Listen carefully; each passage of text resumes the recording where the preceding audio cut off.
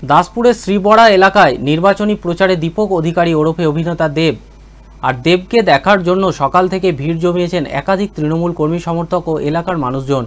শ্রীবড়া এলাকায় একটি পথসভার মঞ্চে বক্তব্য রাখতে গিয়ে দেব বলেন, ভেবেছিলাম এবারে ভোটে দাঁড়াবো না, কিন্তু দিদির কথায়, দিদির প্রস্তাবে আবারও দাঁড়াতে রাজি হলাম। প্রতি বছর ঘাটাল বন্যায় ডুবে যায়।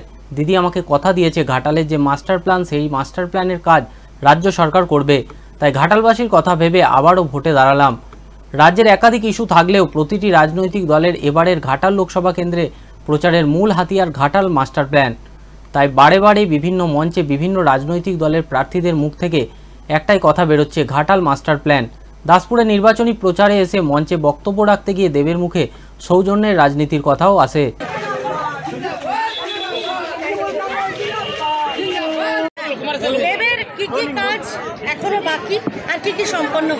আমার মনে হয় কি রাজনীতির মধ্যে কোনো জনপ্রতিনিধির কাজ কোনো শেষ হয় না। আমার মনে হয় যে প্রত্যেক দিন, প্রত্যেকটা সময়, প্রত্যেকটা বছর, প্রত্যেকটা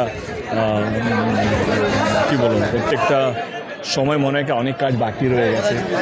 আর যে কাজগুলো করেছি সেইগুলো আমার মনে হয় কি আমাদের ভোটার ঘাটাল লোকসভা কেন্দ্রের মানুষ জানে এবং তার ভিত্তিতে হয়তো ভোটটা দেবে। তো কাজ ডেফিনেটলি অনেক করা বাকি আছে, অনেক কাজ করবো হয়তো।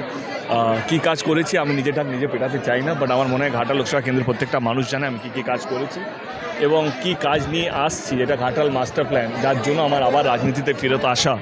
তো আমার মনে হয় কি যাদের জন্য নির্বাচন তারা ভালো করে জানে যে দেব কী কাজ করেছে, দেব কতটা ভালো, দেব কতটা সৎ, বা দেবের নিয়ে যেই বিরোধী দলগুলো যেগুলো প্রচার করছে সেগুলো কতটা সৎ।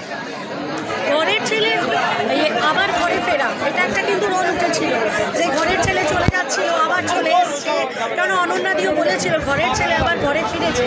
তো এটা নিয়ে তো অনেক কথা তোমার দলের লোকও বলেছে এবং দলের বাইরের লোকও বলেছে, তো তুমি কি বলবে তাদেরকে? আমার মনে হয় কি পার্লামেন্টে যখন আমি লাস্ট দিনে যে বক্তৃতা দিয়েছিলাম, আমি দাঁড়াই বা না দাঁড়াই, কিন্তু ঘাটাল আমার মনের মধ্যে সারা জীবন থাকবে। কারণ ঘাটাল লোকসভা কেন্দ্রের প্রত্যেকটা মানুষ যারা আমাকে ভোট দিয়েছেন এবং যারা আমাকে ভোট দেননি, তারা হয়তো অন্য দলের সাপোর্টার, তারাও আমাকে মন প্রাণ দিয়ে আশীর্বাদ করেছেন, ভালোবেসেছেন এবং তার জন্যই হয়তো দুবার জিতেছি এবং তৃতীয়বার জেতার পথে। আমার মনে হয় কি আমি ওরকম রাজনীতি করি না কাউকে ছোট করে, কাউকে বড়। আমি যতটুকু রাজনীতি করেছি গত 10 বছরে মানুষের উন্নয়নের জন্য, মানুষকে ভালো রাখার জন্য, একটা সুস্থ পরিবেশ তৈরি করার জন্য। তো আমি সেইটা আমার মনে হয় 10 বছরে কোথাও যেন আমি সেটা করতে পেরেছি এবং সামনের 5 বছর আবার সেটা মেনটেন করবো, যাতে আমার কোনো বক্তৃতাতে কেউ ছোট না হোক বা আমার কোনো বক্তৃতাতে দুটো দলের মধ্যে ঝামেলা না হোক এবং একটা শান্তির পরিবেশ, যেটা আমি 10 বছর ধরে বোঝাই রেখেছি, প্রত্যেকটা মানুষকে আগলে রেখেছি। তো আমার মনে হয় সেইটার জন্যই নির্বাচনটা, আমার মনে হয় এবারে মানুষ ভোট আমাকে বেশি করবে। ঘাটাল কলকাতা ঘাটাল করতে হচ্ছে এই সময়ে, এই গরমে দাঁড়িয়ে সিনেমার ক্ষেত্রে প্রভাব পড়ছে না? আমার মনে আমি কতটা পরিশ্রম করতে পারি, আমার মনে হয় 18 বছর ধরে বাংলার মানুষ দেখেছে, জানে, বোঝে। তো পরিশ্রম নিয়ে দেব কোনদিন পিছু পা হাঁটে না। আমার মনে হয় কি এই বয়সেও বয়সে কি আমাদের কত বয়স, 20-25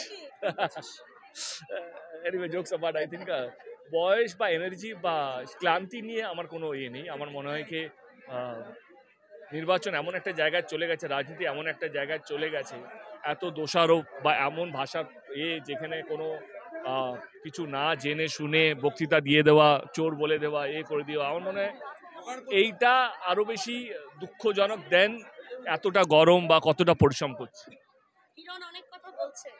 এটা রাজনীতির ভাষা। আমার মনে হয় হিরণের জায়গায় অন্য কেউ হলো একই কথাই বলতো।